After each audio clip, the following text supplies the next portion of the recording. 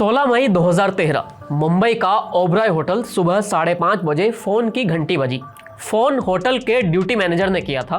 Phone उठाने वाले Rajasthan Royals के सीईओ रघु अय्यर थे। उनसे सिर्फ इतना ही कहा गया कि सर पुलिस आई है और आपसे बात करना चाहती है। एक रात पहले या यूं कहें कि 8 घंटे पहले ही राजस्थान और मुंबई के बीच मैच खत्म हुआ था और राजस्थान की हार हुई थी। पुलिस ने रघु अय्यर को बताया कि हम आपके 3 खिलाड़ियों को गिरफ्तार करने आए हैं। हमारे पास सबूत है कि ये सभी खिलाड़ी फिक्सिंग का हिस्सा रहे हैं।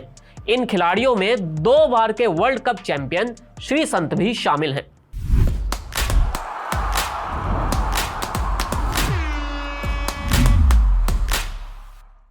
हेलो नमस्ते। क्रिकेट की कहानियों में आज वो कहानी जिसने आईपीएल पर फिक्सिंग का धब्बा लगा दिया, जिसने इस लीग का भविष्य संकट में डाल दिया था। यह कहानी साल 2013 में हुए स्पॉट फिक्सिंग के कांड की है। इसी दिन दिल्ली में पुलिस कमिश्नर नीरज कुमार ने प्रेस कॉन्फ्रेंस बुलवाई। सबको मालूम चल गया था कि कुछ बड़ा होने वाला है और अब तक मुंबई में हुई एस श्रीसंत, अजीत चंडीला और अंकित चौहान की गिरफ्तारी की खबर भी सामने आ चुकी थी। नीरज कुमार ने बताया कि ये तीनों खिलाड़ी पिछले कुछ दिनों से लगातार सट्टेबाजों के संपर्क में थे। तीनों ने ही मैच में कुछ जगह फिक्सिंग भी की है। ये वो लाइनें थी जिन्होंने आईपीएल की सबसे बड़ी ब्रेकिंग न्यूज दी थी। दिल्ली पुलिस ने उस दिन 3 खिलाड़ियों के अलावा 11 सट्टेबाजों को भी गिरफ्तार किया था।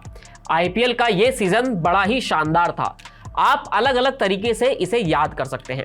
मुंबई इंडियंस ने पहली बार यहां ट्रॉफी जीती थी। रोहित शर्मा को बीच टूर्नामेंट में कप्तान बना दिया गया था। आईपीएल के तुरंत बाद टीम इंडिया ने चैंपियंस ट्रॉफी भी जीत ली थी। लेकिन इन अच्छी बातों के बीच एक काला धब्बा भी लग गया था जो फिक्सिंग का था। पुलिस की पड़ताल से मालूम चला कि श्रीसंत के केरल के एक दोस्त जो खुद भी क्रिकेटर थे, नाम था जीजू जनार्दन, ये ही इस नेक्सस के सबसे मेन सटोरी थे, जिन्होंने पहले श्रीसंत और फिर बाद में बाकी 2 खिलाड़ियों को अपनी ओर कर लिया। खिलाड़ियों को एक ओवर के लिए गड़बड़ी करने में 1-1 लाख डॉलर तक दिए जा रहे थे। बस इसके लिए खिलाड़ियों को कुछ करना था। वैसे गिरफ्तारी तो 16 मई को हुई थी, लेकिन दिल्ली पुलिस की नज़र इस पर अप्रैल से ही थी, क्योंकि सट्टेबाजों और इन क्रिकेटर्स के बीच अलग अलग मैच को लेकर डील हो रही थी। इनमें 3 मैच पुलिस की रडार में आ गए थे। 5 मई को पुणे के खिलाफ, 9 मई को पंजाब के खिलाफ और 15 मई को मुंबई के खिलाफ। इन 3 मैच के लिए खिलाड़ियों को तैयार कर लिया गया था। 1 ओवर का 60 लाख रुपए दिया जा रहा था। सबसे पहले शुरुआत अजीत चंडीला के साथ हुई। 5 मई को हुए इस मैच में उन्हें 1 ओवर में 14 रन देने थे। डील फिक्स थी, बस गलती ये हुई कि चंडीला इशारा करना भूल गए। दिल्ली पुलिस के मुताबिक डील में यह तय हुआ था कि जब खिलाड़ी ये शर्त मानने को तैयार हो जाएं, तब उन्हें मैदान से हल्का सा इशारा करना होगा। क्योंकि उन्होंने ऐसा नहीं किया था तो इसका खामियाजा भी उन्हें भुगतना पड़ा और सटोरियो ने जो 20 लाख रुपए एडवांस दिए थे वो उन्हें वापस करने लगे। जो मामला फंसा वो 9 मई यानी पंजाब किंग्स वाले मैच में फंसा था। यहां पर श्रीसंत को 1 ओवर में 14 रन देने थे और इशारा करने के लिए अपने तौलिए को लोअर में फंसाना था। साथ ही ओवर से पहले थोड़ा टाइम भी वेस्ट करना था। सोचिए कि ये चीजें नॉर्मल होती हैं।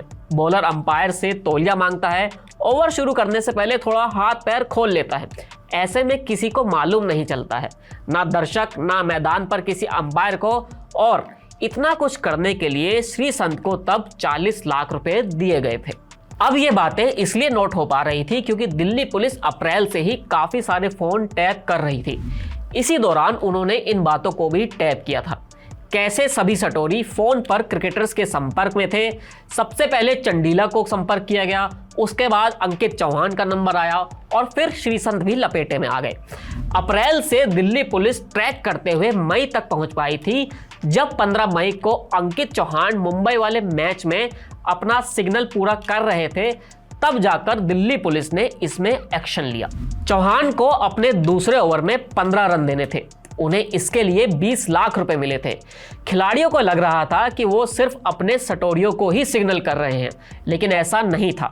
मैदान में ही दिल्ली पुलिस के लोग भी सादी वर्दी में बैठे हुए थे। वो भी जानते थे कि भैया कब कौन सा सिग्नल आने वाला है और हर बॉलर ने अपनी पारी के दूसरे ओवर को ही फिक्स किया हुआ था। दिल्ली पुलिस की प्रेस कॉन्फ्रेंस में जब यह धमाका हुआ तो खबर आग की तरह फैली। नई पीढ़ी के लिए ये एक धोखा था, ये वो माहौल था जब आपको हर मैच फिक्स ही नजर आता था।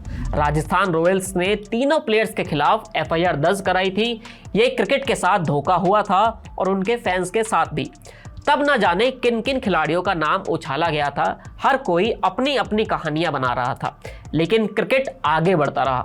कुछ वक्त के लिए दर्शकों का भरोसा भी टूटा, जिसे वापस आने में एक लंबा वक्त लगा। जिन 3 खिलाड़ियों का नाम स्पॉट फिक्सिंग से जुड़े इस मामले में आया था, बीसीसीआई ने शुरुआत में उन पर अलग अलग वक्त का बैन भी लगाया था, लेकिन अदालत की ओर से इन सभी को राहत मिल गई थी, जिसके बाद बीसीसीआई ने भी अपने लाइफ बैन को कम कर दिया था और अब एक तरह से बरी होने के बाद सभी प्लेयर्स अपना अपना बैन भी पूरा कर चुके हैं। आईपीएल की फिक्सिंग से जुड़े इस किस्से में अभी इतना ही। हम आपके साथ एक नई कहानी के साथ हाजिर होंगे। आप TV9 डिजिटल के साथ बने रहिए। शुक्रिया।